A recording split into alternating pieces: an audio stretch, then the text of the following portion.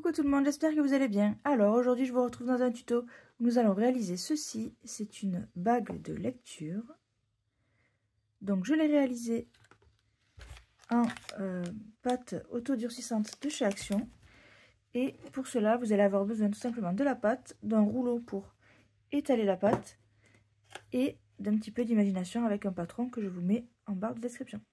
Du coup le principe d'une bague de lecture, qu'est-ce que c'est? Là où avant vous teniez votre livre à deux mains, ou le doigt au milieu, ou comme ça, mais que ça faisait un petit peu mal au doigt, et bien là tout simplement vous allez mettre la bague ici, et sans forcer, ça va vous tenir le livre ouvert. Allez, c'est parti. Alors c'est parti pour le patronage. Donc à la base j'ai dessiné un cercle avec une perforatrice, sauf qu'il était trop grand. Donc j'ai cherché un cercle un petit peu plus petit. Donc là j'ai pris un cachet de cire, on va dire, un seau. Et j'ai dessiné le trou et j'ai voulu regarder si mon doigt passait dedans et du coup ça a marché. Du coup je le reproduis sur une feuille blanche et je me sers d'objets arrondis pour faire la forme de la bague. Donc je vous laisse avec les images pour voir si ça vous intéresse la manière dont je fais le patronage. De toute façon, le fichier est disponible en barre d'infos, donc vous allez juste aller voir dans la barre d'infos, il y aura un lien vers mon site qui vous amènera sur le fichier.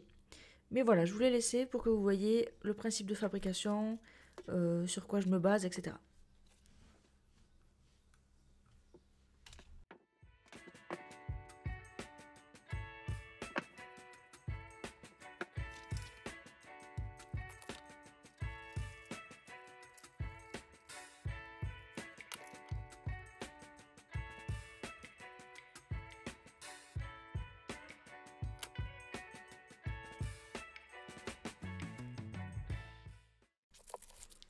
Donc là, je vais prendre ma pâte, je vais en couper un petit morceau. Au final, vous allez voir que j'en ai pas pris assez, que je vais en reprendre un petit peu plus tard. Donc je la malaxe bien. Alors c'est une déformation que j'ai de la Fimo. La Fimo, je sais qu'il faut la faire chauffer pour pouvoir la travailler. Donc là, j'ai une petite déformation. Je fais pareil avec toutes les pâtes que je trouve en général. Donc là, je la travaille un petit peu. Et j'utilise deux marqueurs identiques pour me servir un peu d'écart. En fait, si le feutre fait, je vais dire une bêtise, 1 cm d'épaisseur et que je roule avec le rouleau dessus, ben, ma pâte aura 1 cm d'épaisseur par exemple. Donc vous prenez deux fois le même objet, si vous l'avez, voilà. Donc là, j'ai utilisé ma boîte à crocodile pour aplatir le tout parce que c'était moins épais que mes feutres. Je positionne mon patron et je découpe avec mon couteau. Voilà. Et je redessine un petit peu la forme. Je vais utiliser de l'eau. Donc je mets de l'eau sur mon doigt et je viens frotter les bords de ma pièce pour enlever ce côté un petit peu tranchant et un petit peu... il y a un petit peu de copeaux, on va dire, dû à la coupe. Et je fais pareil de l'autre côté. Une fois que c'est fait, je vais laisser sécher. Donc là, moi, j'ai laissé sécher une semaine entière. Et je vous retrouve une fois que c'est sec. Donc ça a séché. C'est assez dur. Je l'ai testé dans le livre. Ça marche bien. Donc là, ce que je vais faire, c'est que je vais poncer un petit peu ici parce que c'est creusé. Et je vais poncer un petit peu tout le reste. Et après, je vais faire, je pense, du serviettage dessus. Du coup, c'est parti, on fait ça ensemble. Donc, je me munis du papier à poncer. Et moi, ce que je vous conseille pour les surfaces planes, comme ça, ici, je vais voir, mais sur les planes, c'est pas de venir poncer comme ça, mais de poser le papier et de poncer dessus.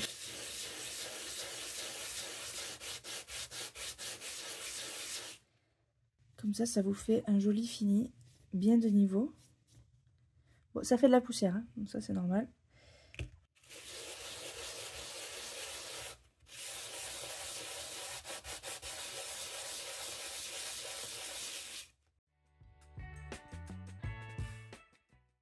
Pour le bord, je vais faire pareil.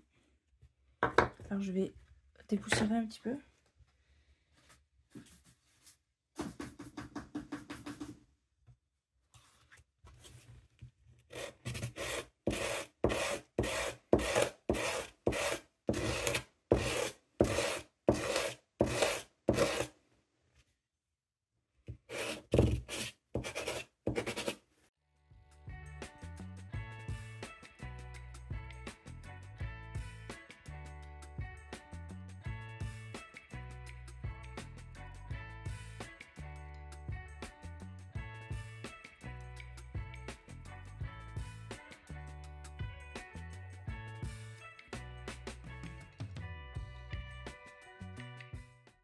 Bon, j'ai toujours des aspérités, hein, j'ai des petits trous par-ci par-là, surtout là.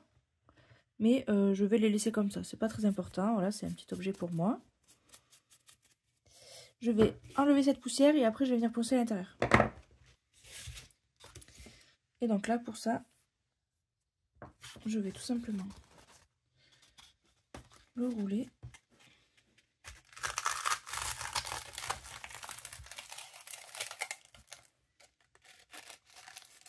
Voilà, et je viens poncer comme ça.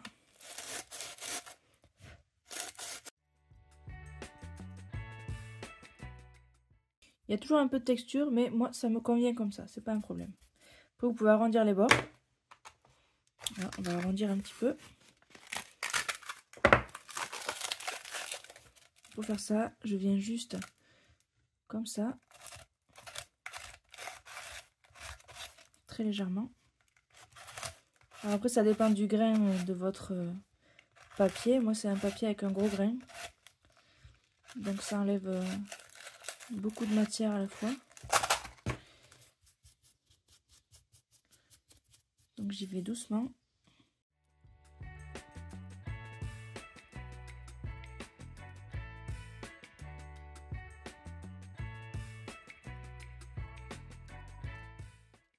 Donc là vous pouvez soit peindre dessus vos motifs, ce que vous voulez, et le vernir avec du vernis glacificateur pour donner un effet un petit peu céramique. Moi c'est pas ce que je vais faire. Je pense que je vais le faire du serviettage dessus et après je mettrai un vernis après.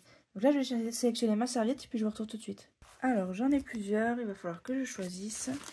J'ai ce genre de serviette là, mais je pense pas que le motif se verra bien.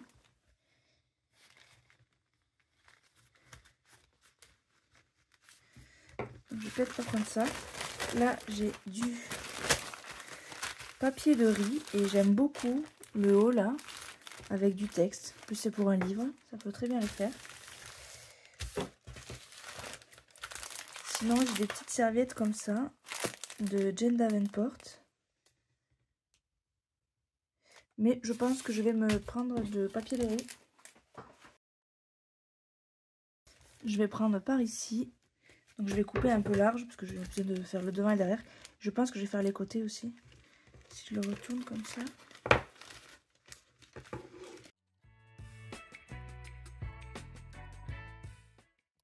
Donc je vais d'abord mettre de la colle ici. Commencer par coller en haut là.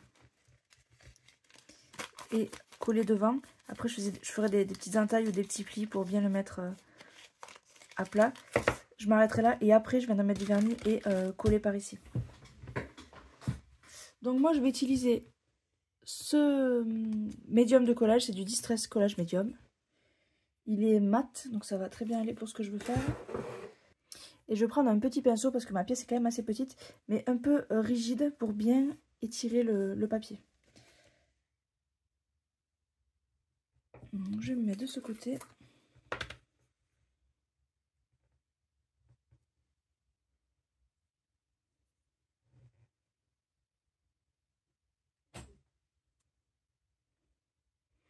Donc le collage médium, vous en mettez dessous, sous le papier.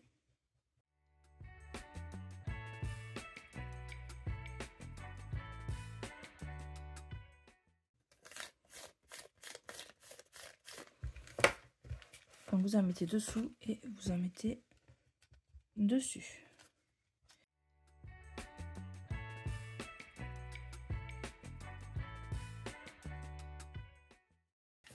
Voilà, donc j'ai fait hop, le dessous et je vais venir en mettre ici. Donc là j'en mets une belle couche. Et je vais venir hop, plaquer. En essayant d'équilibrer les plis. S'il y a des plis, c'est pas très grave. Faut juste soit équilibré.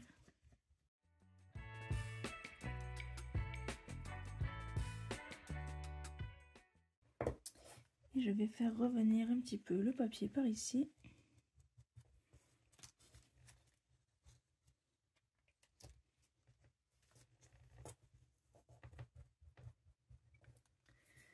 Et je viens couper ici par exemple.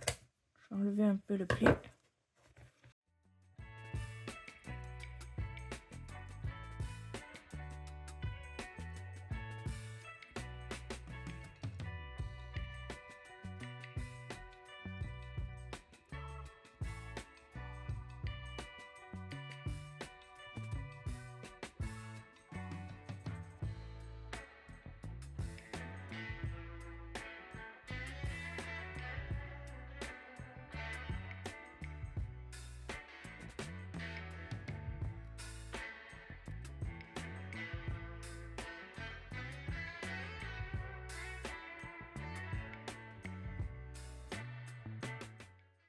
Et je vais faire pareil à l'arrière. Là je viendrai en haut, comme c'est bien couvert, je viendrai découper à fleur. Par contre en bas,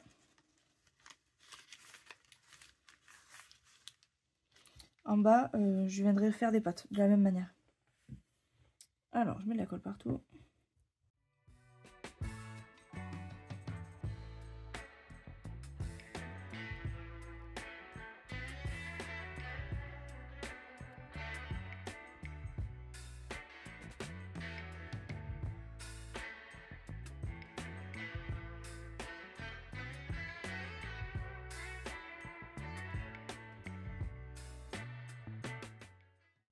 Et pour l'intérieur, je vais faire pareil, je vais venir au cutter.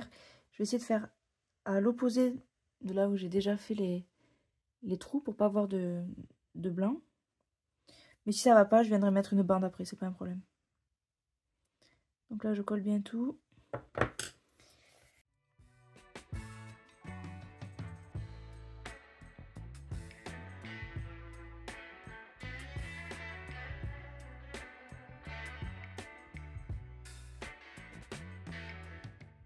En fait, j'ai recoupé pour pas qu'on voit la même chose qu'ici. Ici, ça a dépassé.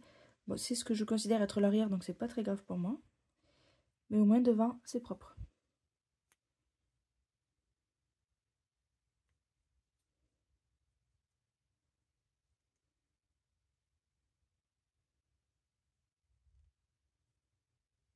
Voilà ce que ça donne. Je vais le faire sécher. Et peut-être que plus tard, j'y rajouterai du vernis glacificateur. Mais pour l'instant, je trouve que c'est pas mal comme ça. Donc là, je vais bien laisser sécher. Et je vous retrouve une fois que c'est sec. Voilà pour cette bague de lecture que je vous remonte de plus près. Hop.